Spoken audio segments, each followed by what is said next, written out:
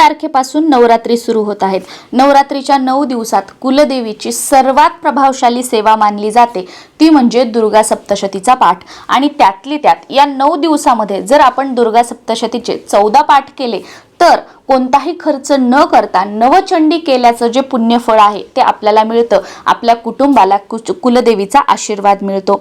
तर हे 14 पाठ करत असताना 9 दिवसामध्ये नियम काय पाळायचे, वाचनाची योग्य वेळ कोणती, उद्यापन कसं करायचं, दररोज पाठ झाल्यानंतर नैवेद्य काय दाखवायचा याबद्दलची संपूर्ण माहिती असणारा व्हिडिओ आपल्या चॅनलवर आलेला आहे, तो तुम्ही बघू शकता। कारण एवढ्या छोट्याशा शॉर्टमध्ये मी त्या सगळ्या गोष्टी कव्हर नाही करू शकत, म्हणून मी तुम्हाला सांगते की तो व्हिडिओ तुम्ही बघू शकता। त्याच्यामध्ये छोट्यातील छोट्या तुमच्या सगळ्या प्रश्नाची उत्तरं तुम्हाला मिळून जातील। आणि हा व्हिडिओ जर तुम्ही इंस्टाग्रामवर बघत असाल तर प्रांजली जोशी यूट्यूबवर चॅनल बघा, त्याच्यावर तुम्हाला हा जो व्हिडिओ आहे ना तो मिळून जाईल। नमस्कार।